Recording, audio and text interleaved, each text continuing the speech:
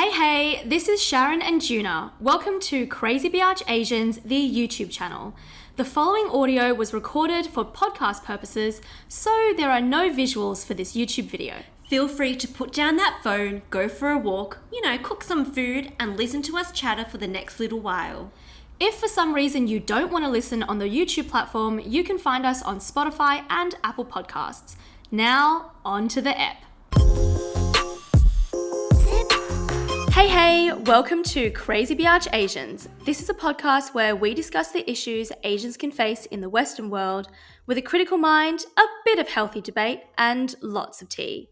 Hosted by Sydney-based digital marketer Sharon Jiang and journalist Juna Zhu. Hey, on today's episode we're diving into a super controversial topic, cultural appropriation. What is it, what's acceptable and what isn't, and how does it differ from cultural appreciation? Okay, Juna, I think I'm going slightly crazy in lockdown. Last week we mentioned that YouTuber Li Ziqi, that Chinese girl who films her rural life in the mountains, and I kid you not, I have been binging her videos daily. I think I watch at least 5 of her videos a day. Girl, you must be feeling zen AF. I am very proud of you for watching these videos, and I'm glad my CBA college fact is helping someone out. Yes, definitely. Have you been watching anything fun to pass the time though? Unfortunately, I can't even remember the last time I turned on the TV. I just don't think I've ever been busier in my whole entire life, which is a great thing to be complaining about in lockdown though. So we're at a point in our potty where we'll be wrapping up this season of the podcast. And as a cultural podcast, we just couldn't ignore this glaring elephant in the room, cultural appropriation. Definitely. Cultural appropriation. They're two tiny words, but with massive impact. So this is a controversial issue. Lots of people have lots of differing opinions, and a lot of it is on a case-by-case basis. Of course, we'll give you guys the facts, but there definitely will be sections where it's our opinion. So we don't want everything that we've said to be taken for gospel. Look at it like a jumping point for further discussion. If you disagree with us, we totally welcome that. You guys can always Insta DM us at Crazy Biatch Asians with your opinions, and we can always chat further. Exactly. And we also want to say that there are many cultures around the world that experience cultural appropriation. The big ones in Western media are Black culture and Indigenous culture. However, we'll be focusing mainly on the appropriation of Asian culture, as our podcast is an Asian one. We also want to point out that as East Asians, the bulk of our focus will be on East Asia. So if you're from another area of Asia, we're happy for you to DM us or email us your experiences as well. Exactly. And the final thing we want to point out is that because we are still in lockdown, and I believe this is week 7, we are still recording over Zoom. So the sound quality may not be as crisp as usual. Anyways, now that the disclaimers are out of the way, let's just dive into things. Where do we even start with this topic? I reckon let's begin at some definitions because that's always a good jumping point. And I'm not exaggerating when I say that there are a ton of scholarly articles on this topic, so we'll try to keep it easily understandable and digestible. So, cultural appropriation. According to an article on thoughtcode.com by Nadra Karim Nittel, cultural appropriation is, quote, the adoption of certain elements from another culture without the consent of people who belong to that culture. Yeah, and while it sounds like quite a simple concept, the key to cultural appropriation is that it involves the, quote, exploitation and profiting of a culture's identity, traditions, and elements, according to a non-profit think tank, Studio ATAO. The writers Chen, Huang, and Dorsey have added other important points to the definition, which is cultural appropriation is especially prevalent in, quote, cases where a dominant culture exploits aspects of a minority culture at the expense of the original culture for personal gain. So Basically, these guys are putting an emphasis on a power imbalance when assessing cultural appropriation. And I want to throw a major intellectual into this conversation, and I'm not sure, Shaz, if you remember this guy from uni. I'm sure anyone doing an arts degree would have read his stuff. Edward Said. Do you remember him? Oh, totally. That literally brings back memories of uni because I think we've read so many pieces from him. But what did he say specifically relating to cultural appropriation? In Orientalism 1978, he highlighted an oppressive relationship where the West has allowed themselves to speak for and about Orientals, which then shapes their future without consulting them. That's basically cultural appropriation. Yeah, totally. And you see this very often in discussions about appropriating Black culture and Indigenous culture. But as you mentioned with Edward Said, also with Asian culture, as Asians as a collective are also seen as a minority in Western countries. Another interesting point to consider is the impact of capitalism on cultural appropriation. So the writers at Studio ATAO said, capitalism is a big contributor to cultural appropriation because, in the pursuit of profit, many cultural traditions and objects are commercialized and stripped off its cultural context. I know we've just chucked a whole bunch of info at you guys, but to simplify it, think profit, exploitation, and personal gain. Keywords here, keywords. Yes, keywords, because even my brain is a bit confused at the moment. So you might be thinking, what sorts of things can be appropriated? Is it art? Is it certain aesthetic? So Susan Scafidi, a law professor at Fordham University, told Jezebel that cultural appropriation, quote, can include unauthorized use of another culture's dance, dress, music, language, folklore, cuisine, traditional medicine, religious symbols. So, a wide range of things, but it's definitely more prevalent in the arts scene. Okay, going off of that, I have a question for you, Junes. On the top of your head, what kinds of Asian traditions have been culturally appropriated? Oh, okay. Off the top of my head, I'm thinking Asian martial arts costumes or the Asian traditional dress like the Chinese qipao. Think cheap Halloween costumes. Absolutely. Like when you mentioned that, like the chi pal is appropriated so often. So for those who aren't familiar, a chi pal is a long body hugging dress of Manchu origin and it's traditionally made from silk with traditional embroidery. I also think the traditional Japanese geisha has been appropriated. Katy Perry, looking at you for that one. Totally. She copped so much flack for that. And I just want to point out that one of the great joys of globalization and multicultural societies is that you get exposed to a plethora of different cultures and traditions, which is fantastic. Like, I love that for us. But just to stress it again, cultural appropriation doesn't have anything to do with appreciating Lunar New Year or eating dim sims or learning an Asian language to be able to communicate with your multicultural surroundings. To quote the Thought Co article again, appropriation is often done along racial and ethnic lines with little understanding of the latter's history, experience, and traditions. Totally. So if you're going to perpetuate fetishized stereotypes of that culture and you're doing it for profit or personal gain, then you're kind of in hot water. And I think cultural appropriation is a massive issue when it's deemed cool when the white kids do it. So there's a lot of rhetoric online about that, and lots have been written about it. So it's the idea that it's frumpy and not trendy when an Asian wears their traditional dress, but suddenly, when it's a dress up party and the popular white people do it, it's suddenly the vibe. Like, this is definitely reflected by the amount of celebrities who have donned a cheap how on stage, and like, bam, it's such a vibe. Yeah, exactly. So Mia Mercado wrote for Bustle that cultural appropriation becomes harmful when, quote, a trend takes from a minority culture and deems that trend more societally acceptable when the majority culture adopts it. So here's a question though.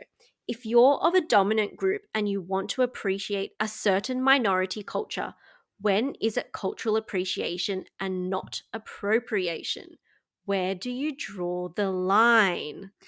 Totally. And I feel like this is my favorite part of the episode because that is such a great point. Cultural exchange and learning is such a beautiful thing. Honestly, it makes us more understanding and empathetic of each other's cultures. And for the record, we don't want to sit here and say white people or like non Asians can't bloody participate in anything Asian. I mean, that just leads to more segregation, and, that's not great. So, cultural appreciation. Broadly speaking, according to greenheart.org, appreciation is, quote, when someone seeks to understand and learn about another culture in an effort to broaden their perspective and connect with others cross culturally. Yeah, this Greenheart article is actually a great way to find out if you're appropriating or appreciating. And we'll link it in our show notes if you're interested in finding out more. So they emphasize looking at the context of things. So, two things to ask yourself could be, what does a certain symbol mean to a particular culture? When and where is it appropriate to use it? Are you connecting to the roots of the piece, or are you using it for profit or your own personal gain?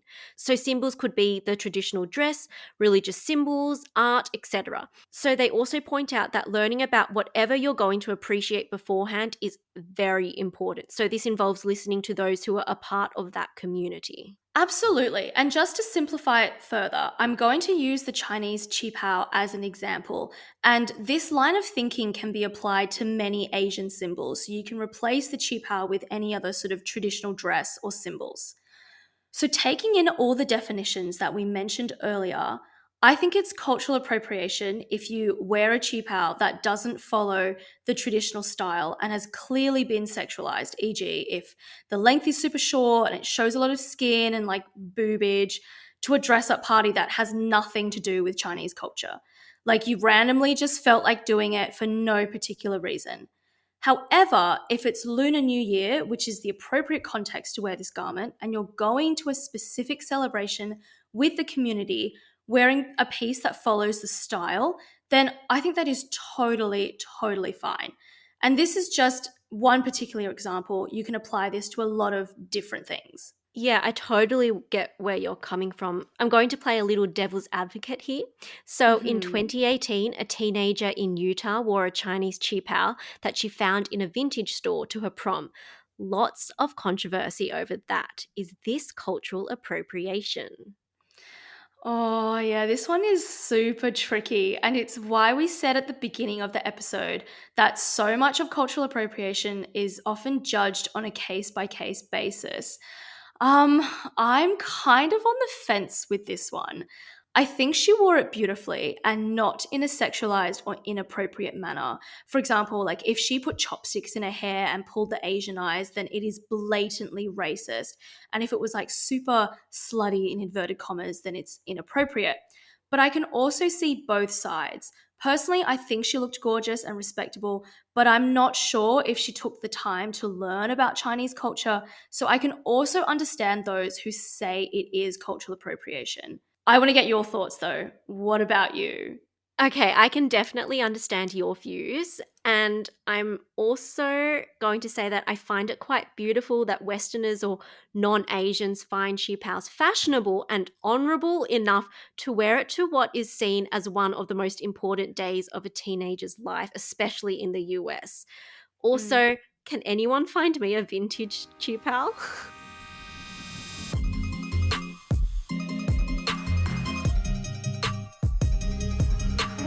This is a great segue into the next section. Cultural appropriation, yes or no. So, we're going to play a little game here, chuck some scenarios around, and decide whether they are or aren't. And you guys can play along with us. So, Shaz, do you want to go first? Okay, carrying on with the cheap out discussion, Little Mix collabed with the fashion brand. I'm sure many of you guys have heard of this fashion brand, Pretty Little Thing, on a collection that they called Oriental. Oh no. Okay, Pretty Little Thing plus Oriental plus Little Mix. I'm scared. Yeah, basically, it doesn't seem like the best equation for a respectable collection. But, anyways, this collection basically took the Chinese cheap out elements like the silk fabric with that, that floral brocade embroidery and the mandarin collars, but they made it super, super, super sexualized. There were super, super short skirts, slits that basically showed your undies, crop tops. Like, I'm thinking, why the heck is there a crop top in this? And these weird over the knee boots in the silk brocade. Honestly, just Google it. We can link a picture in our show notes, but those boots were really something. What do you think? Yes or no? You know, I really dislike revealing and slutty clothes of any sort in the first place, so I think you can guess what my answer is to this. Capital Y, capital E, capital yes, exclamation mark. What about you? I definitely say yes because it's definitely for profit. And also, the styles are so atrocious. Sure, it is very sexualized, but also, if I'm gonna buy like a reworked, sexy version of the Qipao, I would definitely go to a Chinese designer because they have some sort of a reference point to start with. So, for example, I really do like Sao Li, who is a Hong Kong designer, and she has all these interesting modern takes of the Qipao. Okay, your next turn. Okay, white people learning how to cook Asian food. Thoughts? No, definitely not cultural appropriation. You're learning how to cook, you're appreciating cultures, you're appreciating other people's cuisines. I love that. Good for them. Love that for them. But here's the thing, if they become an influencer and they start gaslighting Asians whose cuisine is literally their cultural background and then profits from it, then yes, problematic. But if they're just cooking for fun, no, not at all.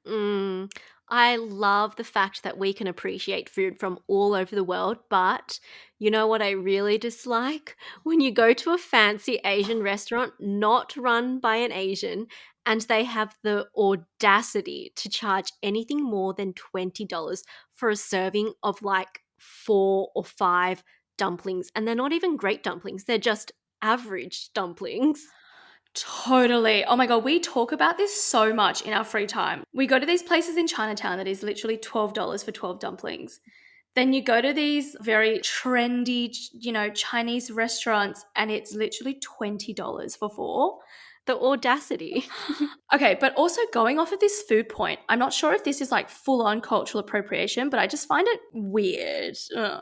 There's this restaurant in Australia called China Diner, and I honestly have a bone to pick with them. So they were established by a white guy, and they basically serve Chinese food like dumplings and all that other stuff. At one point in time, they added sushi onto the menu, and I'm like, what the actual heck is this? You're going to call yourself China Diner and have the Chinese characters ni hao in your name, but then serve Japanese food? Are you aware of the history between these two countries? And honestly, they don't even market themselves as Asian fusion. I can understand if it's like, oh, we're a pan Asian fusion restaurant, which in that case, I get the melding of two Asian cultures, but they are legit called China Diner. I love this point. I'm so glad you brought this up. And yes, plenty of restaurants exactly like that here, unfortunately. Oh, Just God. raises eyebrows everywhere. Literally, and I have one literally right down the road from me. And I have to walk past it when I go walk my dog. And it's like, I don't want to see this. Okay, next one. Katy Perry's geisha performance at the 2013 AMAs. Look, your best bet is to Google image this because it's a full on look. Basically, Katy Perry dressed up as a geisha. She wore a watercolor floral dress with her hair done up in a shimada style, very pale makeup with painted red lips, carrying an oil paper bamboo umbrella known in Japanese culture as a wagasa. I'm so sorry if I did not say those words correctly. I'm so sorry. But Juna, thoughts? Oh my god, this just gives me Scarlett Johansson vibes. Oh, yeah. And just like Little Mix's situation, I would 100% classify this as cultural appropriation. Yeah, I would say definitely cultural appropriation. But also, I think the funny thing is, she didn't even do the look very well. Whoever her stylist is and whoever her costumer is just needs to be fired because her geisha dress clearly wasn't fully Japanese and had like a very obvious Chinese influence. For example, Her dress had a mandarin collar with frog buttons. That is not what geishas wear, to be honest. Who the heck is her costumer? Okay, last one. And there are so many things that we didn't tick off, but we had to just get this one in here at the last minute. Someone getting an Asian character tattoo. This one's like the most comical one. I'm going to say no on this. If it means something to you and it represents a memory or you like the look of the character, go for gold. I don't think it's cultural appropriation. But the one thing I want to stress is just make sure the strokes are correct. Because there are so many funny incidents when someone wanted like peace, but the strokes were wrong, so it came out spelling poo or something. Just make sure the character is right. This is so hilarious. I love reading all the online forums about this. And you see Totally. people with like chicken soup and love me and shit. Exactly. In general, I think any tattoo anyone gets should have significance behind it, especially if it's a word written in anything other than your dominant language. Absolutely. But would you say yes or no to this one being cultural appropriation? Nah. Yeah, we'll give it a pass. Go for gold, just make sure it's correct.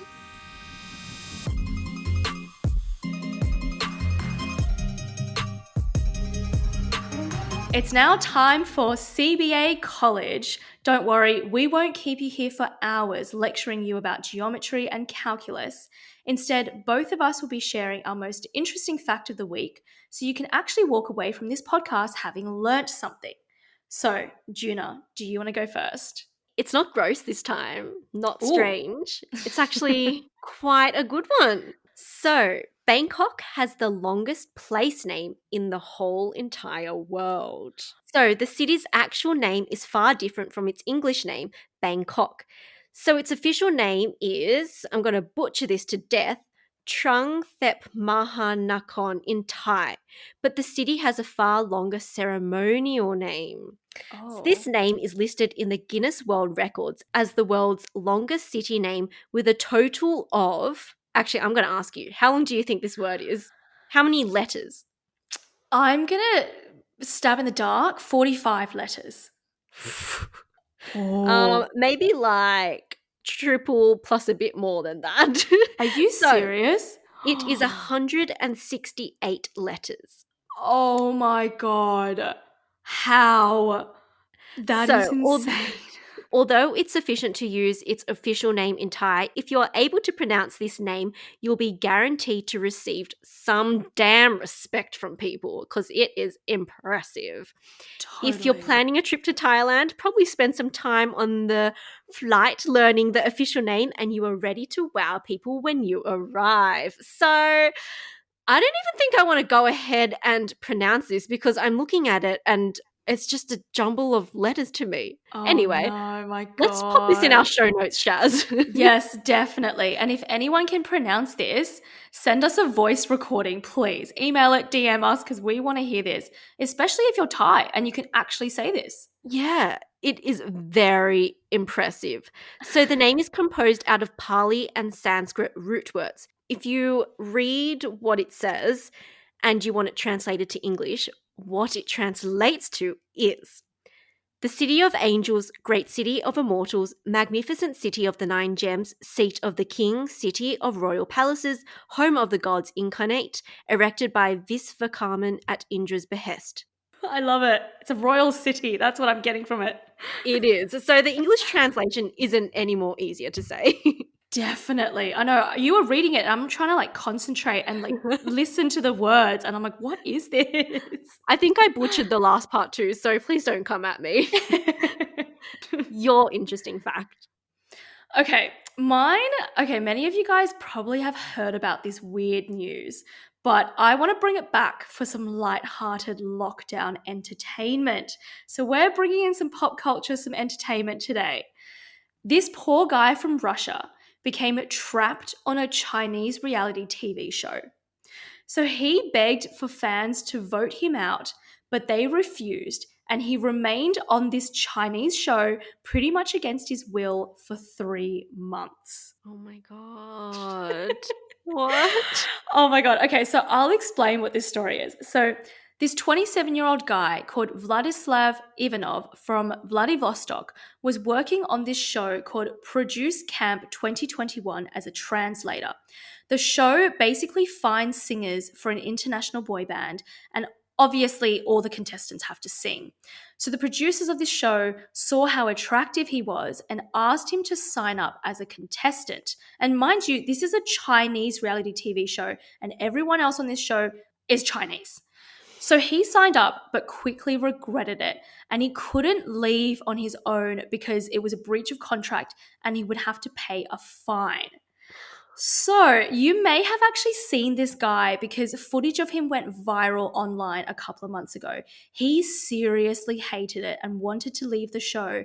And there's footage of him saying, "Don't love me, you'll get no results," or "I hope the judges won't support me. While the others want to get an A, I want to get an F as it stands for freedom."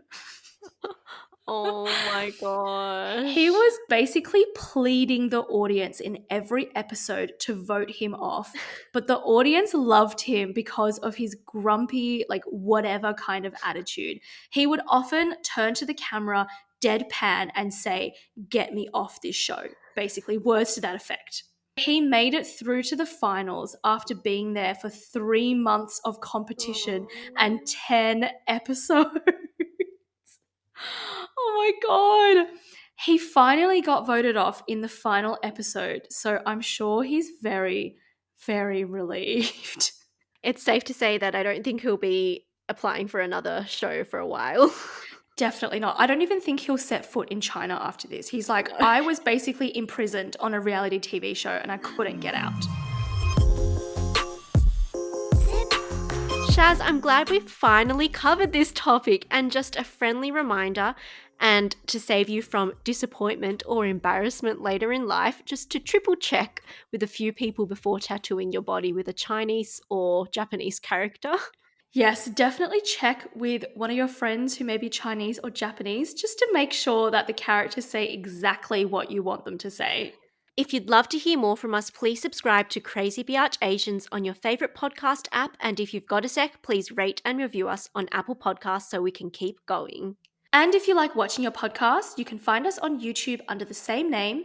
If you want a daily dose of the best Asian memes, then just head to our Instagram at CrazyBearchAsians.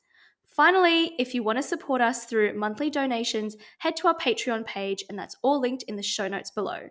Please stay safe, everyone, and we'll chat in a fortnight. Bye!